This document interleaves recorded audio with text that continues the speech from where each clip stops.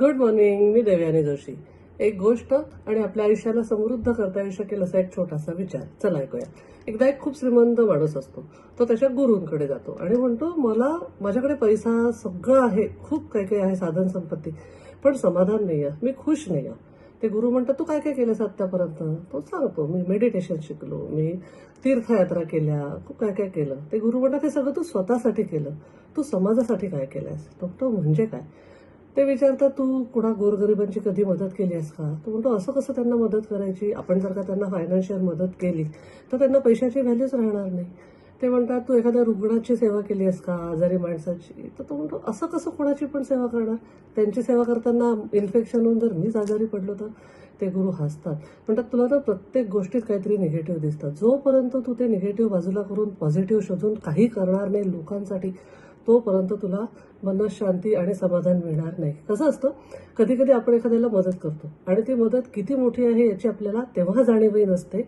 एक छोटंसं बी आपण मातीत पेरतो, त्या क्षणी आपल्या हातात फक्त एक बी असतं, पण त्यातून कधी सावलीचं झाड उभं राहतं, कधी फुलं येतात, कधी फळं येतात आणि त्यातनं आपल्याला अनेक बी मिळतात. जर एकच बी असतं आणि त्यातनं एकच आलं असतं तर हा प्रवाहच पुढे सरकला नसता. माणसांच्या मदतीचंही असंच असतं. आपण केलेली छोटीशी मदत, दिलेला थोडासा आधार, कोणासाठी उभं राहणं, कदाचित त्या क्षणी आपल्याला फारसं काही वाटत नाही, पण त्या मदतीचं फळ कधी, कुठे आणि किती मोठं मिळेल हे आपल्याला माहिती नसतं. आज आमच्यासाठी असाच एक अतिशय आनंदाचा आणि भावूक क्षण आहे. पालक गमावलेल्या कुटुंबांना आपण आपल्या कुटुंबाचा भाग मानलो कोविड काळात. 289 कुटुंबांचा हा परिवार आपण एकत्र उभा केला आणि आज या परिवारातलं एकल मातेचं पहिलं लग्न आहे. या मुलीचं लग्न आणि कन्यादान करण्याचा मान आम्हाला मिळतोय. संदीप आणि मी तिचं कन्यादान करणार आहे 20 ऑगस्टला सकाळी. काही काळापूर्वी संदीपकडून या कुटुंबाला एक छोटीशी मदत झाली, पण ती मदत फक्त एका व्यक्तीपुरती राहिली नाही. तुम्ही सगळ्यांनी त्याला साथ दिली, विश्वास दिला आणि या छोट्या प्रयत्नाला हातभार लावला. आणि आज असं वाटतंय की त्या एका छोट्या प्रयत्नाचं किती सुंदर फळ आपल्या सगळ्यांसमोर उभं आहे. म्हणून मला आज तुम्हाला सगळ्यांना एक सांगायचं आहे, जिथे असाल तिथून मनापासून या मुलीला आशीर्वाद द्या. आपल्या महाराष्ट्राचे माननीय मुख्यमंत्री श्री देवेंद्र फडणवीस पण या सोहळ्याला आशीर्वाद द्यायला उभं राहणार आहेत. यापैकी 100 परिवाराचं पालकत्व त्यांनी स्वतः पण घेतलेलं आहे.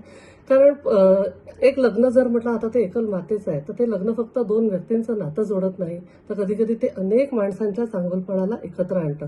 आणि आपल्या छोट्या छोट्या उपक्रमांना, छोट्या छोट्या प्रयत्नांना तुम्ही जी साथ देता ना, त्यातूनच हा चांगुलपणाचा प्रवाह पुढे जातो. आज एका मुलीच्या नवीन आयुष्याची सुरुवात होते. तिच्या नव्या संसारासाठी आपल्या सगळ्यांचं प्रेम, शुभेच्छा आणि आशीर्वाद तिच्या सोबत असू द्या.